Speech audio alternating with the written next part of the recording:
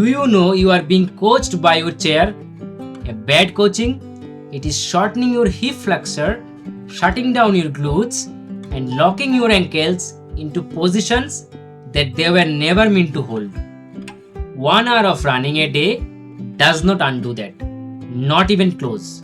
In this video, I will show you what prolonged sitting actually does to a runner's body at a mechanical level, how it quietly degrades performance even in a runner who are training consistently, and the minimum effective dose of changes that can reverse it. Welcome to Birajology, the running lab for working professionals. So what actually happens to your body when you sit for 8 to 10 hours a day? Your body adapts, and it adapts very fast. A 2010 study in the Journal of Electromyography and Kinesiology found that prolonged sitting significantly reduces EMG activity in the gluteus maximus, one of the primary power generators in running. In plain terms, your glutes essentially go quiet. And that matters because the glutes are supposed to do two things during running: generate propulsive force and stabilize the pelvis against rotational stress.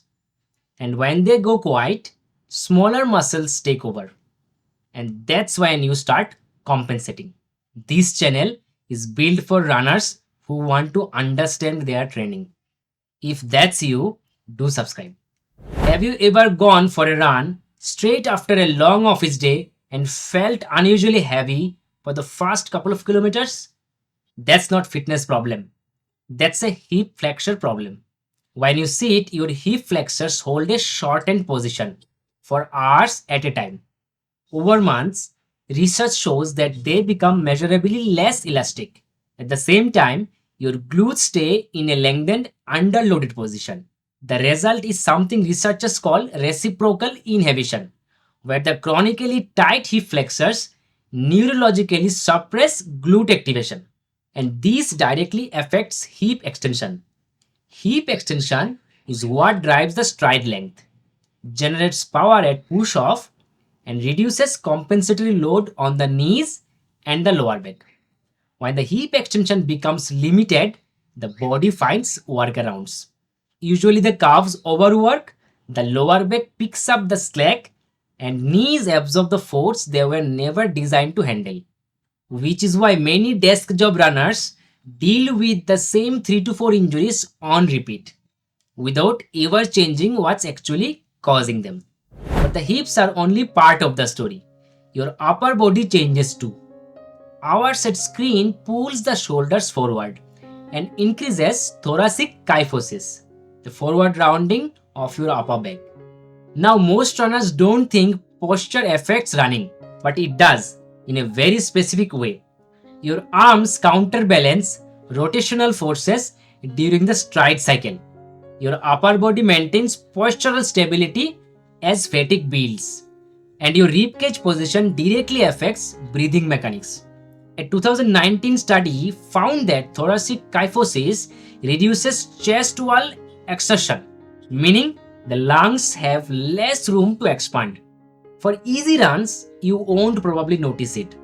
But at threshold pace, during a race, in the final kilometers, that reduced breathing efficiency starts to matter. Your desk posture can quietly cap your running economy without ever showing up in your training data. And there is the ankles. Prolonged sittings means the ankles spend almost no time moving through their full range of motion. And ankle dorsiflexion, the ability to flex the foot forward the shin, is one of the most functionally important movements in running. Every stride, the ankle has to absorb impact, stabilize the foot, and load elastically for push-off. When dorsiflexion becomes restricted, force does not disappear. It moves usually to the Achilles tendon, the plantar fascia, or the knees. Many runners chase symptom fixes like getting new shoes, more stretching, or more foam rolling without ever addressing the upstream cause. Now here is the part most people don't expect. Running itself can reverse many of these adaptations. Consistent running improves joint mobility, increases mitochondrial density, stiffens tendons in a protective way, and rebuilds muscular endurance in exactly the muscles sitting deactivates. But only if your recovery and movement quality outside the training also improve, because you cannot fully outtrain a lifestyle that is actively working against you. This is one reason some runners plateau despite increasing mileage. Training stress keep rising, but the body underneath it keeps degrading. So what's the minimum effective dose? You don't need a complicated mobility routine. The research on sedentary behavior consistently shows that the most powerful intervention is simply interrupting long sitting periods. Standing up for 2 minutes every 30 to 60 minutes has been shown to reduce markers of metabolic dysfunction and restore neuromuscular activity in the glutes and core. Walk during the calls. Use stairs. That's real intervention. And before run, specifically, a short activation sequence targeting the hips, ankles, and upper back, 5 to 10 minutes, is enough to prime the patterns that sitting suppresses. And if you have a sedentary job, strength training earns a disproportionate return, not for performance alone, for the structural durability that lets you absorb training load without breaking down. Now, here is the mindset reframe. Most runners optimize the 1 hour they are training, but the other 23 hours are running in the background, either supporting that hour or quietly undermining it. For working professionals specifically, raising the floor on body quality during the non training hours may be the single highest leverage performance variable available.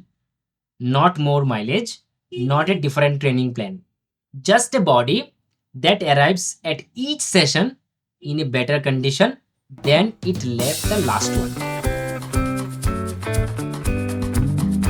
If this video changed how you think about your training, share it with one runner who needs to hear it. This is Birajology, train with understanding.